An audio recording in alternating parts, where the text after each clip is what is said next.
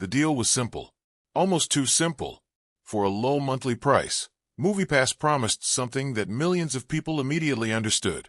Go to the movie theater again and again, without paying for each ticket the normal way. No complicated explanation. No futuristic technology that needed a 10-minute pitch. No product people had to learn how to use. Just one idea. Pay once, watch more movies. And for customers, it felt like a loophole. Movie tickets were expensive. A night at the theater could easily turn into a small bill once you added tickets, snacks, parking, and time. So when MoviePass offered a way to make going to the movies feel cheap again, people paid attention. It sounded like one of those rare deals where the customer was obviously winning. And that is what made it so dangerous. Because most companies want their customers to use the product more. Netflix wants you to watch more. Spotify wants you to listen more. Gyms want you to sign up and, ideally, not come every single day. But MoviePass had a very different problem.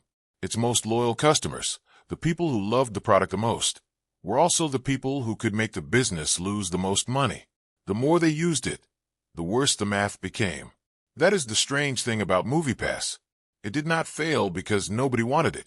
It failed because people wanted it too much. To understand why, you have to separate two things that often get confused in business: a good product and a good business. MoviePass was, in many ways, a great product for the customer. It removed friction. It made theaters feel accessible. It gave people permission to take risks on movies they might not have paid full price to see. A film you were unsure about suddenly became worth trying. A boring Tuesday night could become a movie night. For the user, the value was obvious.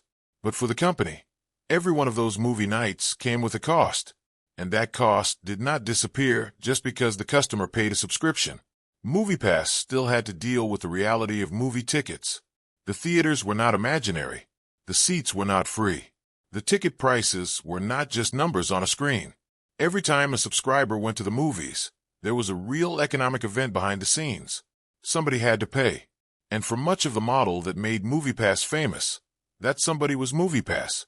This is where the story stops being about cinema and starts being about math. A subscription business can be extremely powerful when the economics work. If customers pay every month, and the average cost of serving those customers stays low, the company can build predictable revenue. That is why so many businesses love subscriptions. Software, streaming, fitness apps, meal kits, cloud storage, even cars and coffee have tried to become subscriptions. But a subscription becomes dangerous when the customer can use more value than they pay for. That is the trap MoviePass walked into. The company was selling a monthly promise, but it was exposed to individual ticket costs. That meant every heavy user was not just a loyal customer. They were a financial problem.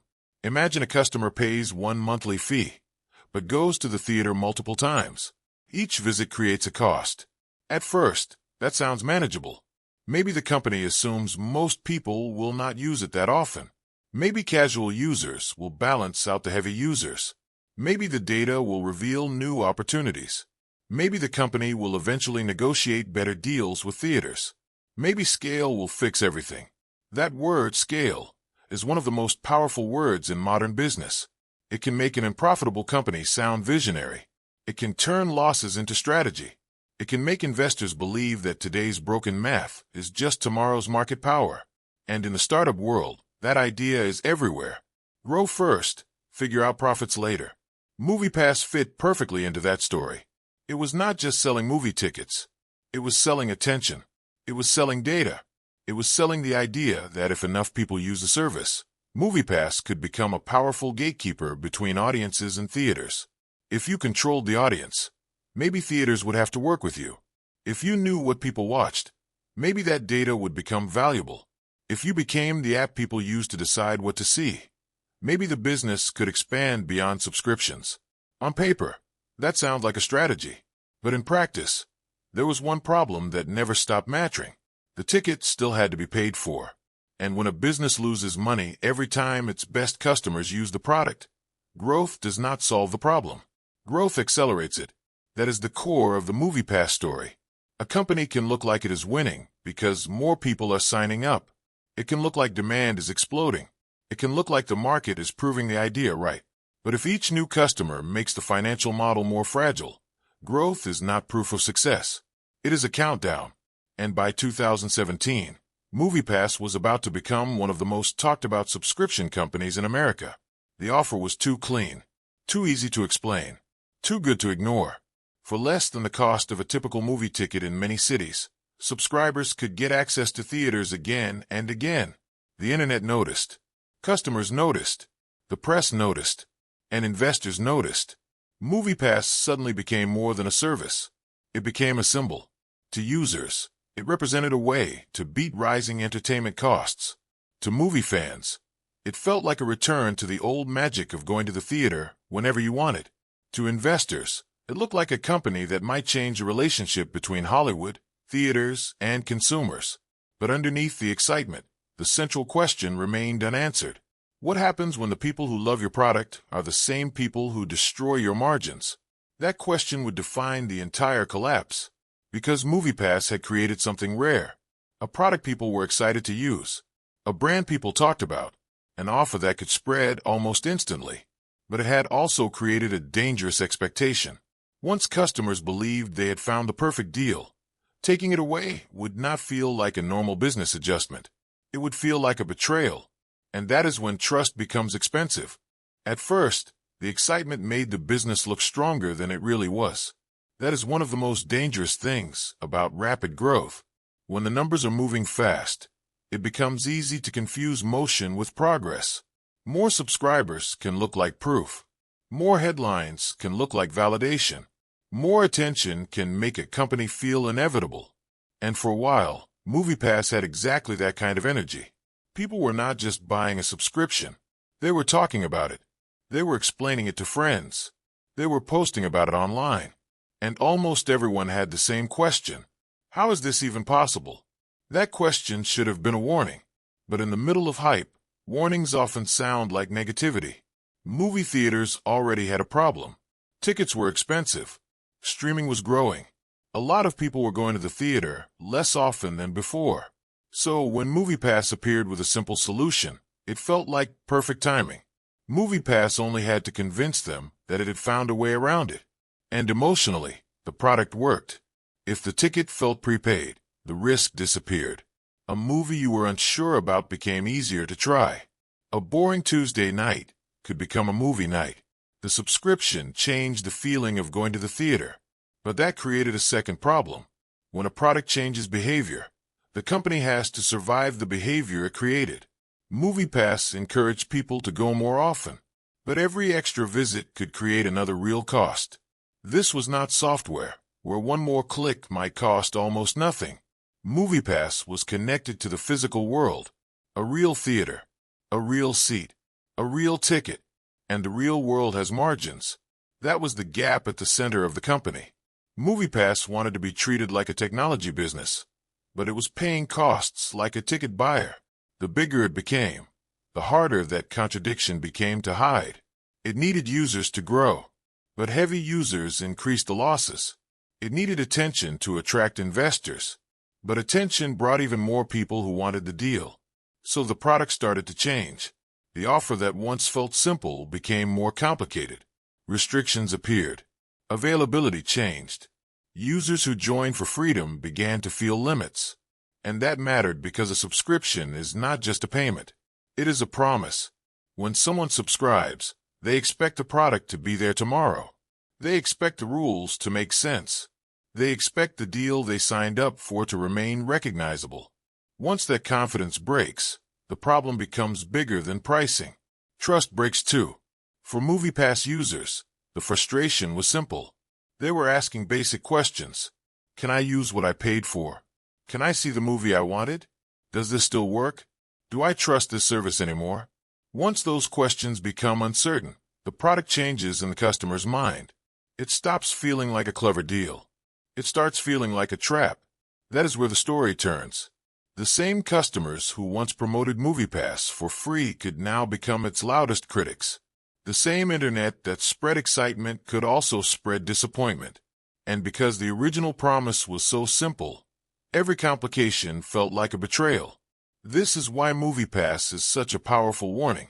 Sometimes customers love the version of a product that is least sustainable.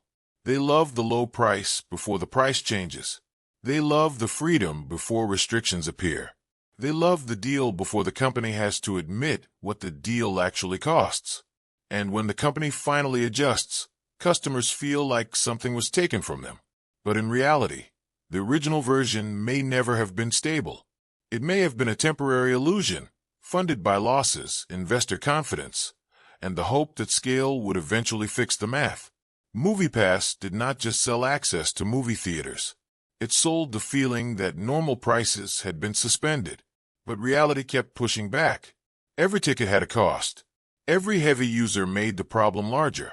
Every restriction made the promise weaker.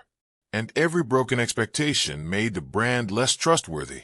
MoviePass was trying to turn an expensive habit into a cheap subscription that can work only if the average customer uses less than they pay for, or if the company finds another way to make money from the relationship. But if customers use the product exactly the way the marketing encouraged them to use it, and that usage creates losses, the company has built a contradiction into its own growth. The better the product works for customers, the worse it can work for the business. And once that happens, the company begins fighting its own users. It needs them to subscribe, but not too much. It needs them to love the service, but not use it aggressively. The customer sees the promise. The company sees the cost. And between those two realities, the business slowly breaks. By the time MoviePass tried to fix the problem, the promise had already done its damage. The company had trained customers to expect a deal the business could not support. That is the danger of building a brand around something too good to be true. If the deal works, people rush in. If too many people rush in, the economics break. And if the company changes the deal, the trust breaks. MoviePass was trapped inside that cycle. The more it needed to protect itself, the more it had to limit the exact thing people had signed up for. From the outside, that can look confusing. Why would a company make its own product harder to use? Why would it frustrate the customers who made it famous?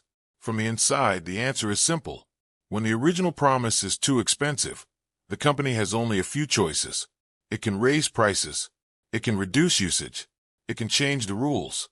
Or it can keep pretending the model works until the money runs out. MoviePass became a warning because it exposed a truth many companies try to hide. Growth is not the same as sustainability. A company can have demand and still be broken. It can have attention and still be fragile. It can have millions of people talking about it and still be losing the one thing that matters most: trust. Because the customer does not see a spreadsheet. The customer sees a promise. And when that promise changes, they feel like the company lied. That is why the collapse of MoviePass felt bigger than a failed subscription. It became a symbol of a business culture that sells the future before the present makes sense. The strategy is simple. Buy attention now, figure out profit later. Sometimes it works, but when it fails, the customer is left wondering whether the deal was ever real. MoviePass had a product people wanted. That is what makes the story so interesting. This was not a company begging people to care. People cared. They wanted it to work. They wanted the fantasy that one subscription could unlock the movies. But customer love cannot erase financial reality, and popularity cannot repair a broken model. Eventually, every business has to answer the same question: who pays for the value being created? If the customer is not paying enough, someone else must cover the gap. Investors can cover it for a while. The company can cover it for a while. Future plans can explain it for a while. But sooner or later, the gap becomes visible. And when it does, the story changes. The product that once felt generous starts to feel unstable. The brand that once felt clever starts to feel desperate. The company that once looked disruptive starts to look like it was fighting the math from the beginning. That is the lesson of MoviePass. It did not collapse because the idea was boring. It collapsed because the idea was powerful. It changed how people thought about going to the movies. It proved there was demand, but it also proved that demand is not enough. A great offer is not the same as a great business. A loyal customer is not always a profitable customer. MoviePass sold people the feeling that moviegoing could be almost unlimited. Then the business had to deal with what almost unlimited actually cost. That is where the dream broke. Not in the theater, not in the app, but in the space between what customers believed they were getting and what the company could afford to provide. That space is where trust becomes expensive. MoviePass belongs in the first case file of this channel. It is not just a story about movies. It is a story about a company that made people believe the normal rules of price had changed. And for a moment they had, until the bill came due. Because every impossible deal has a cost. Sometimes the company pays it. Sometimes investors pay it. Sometimes customers pay it later through higher prices and broken expectations. But someone always pays. MoviePass reminds us that the most dangerous business models are not always the ones people reject. Sometimes they are the ones people love too quickly. The ones that make customers say, "How could I not sign up?" That is when the question changes. Not, "Is this a good deal?" but "Why is this possible? And who is paying for it?" In the end, MoviePass confused excitement with durability. It had attention. It had demand. It had a simple pitch. But it did not have a model strong enough to survive the behavior it created. If your best customers are your biggest financial problem, success can look like collapse. MoviePass did not just run out of money. It ran out of trust. Once trust is gone, even the best deal in the world is not enough to bring it back. This was the cost of trust. If you want more stories about companies that sold a dream, earned belief, and left someone paying the price, subscribe. In the next case file, we will look at WeWork, the $47 billion office dream that collapsed under the weight of its story.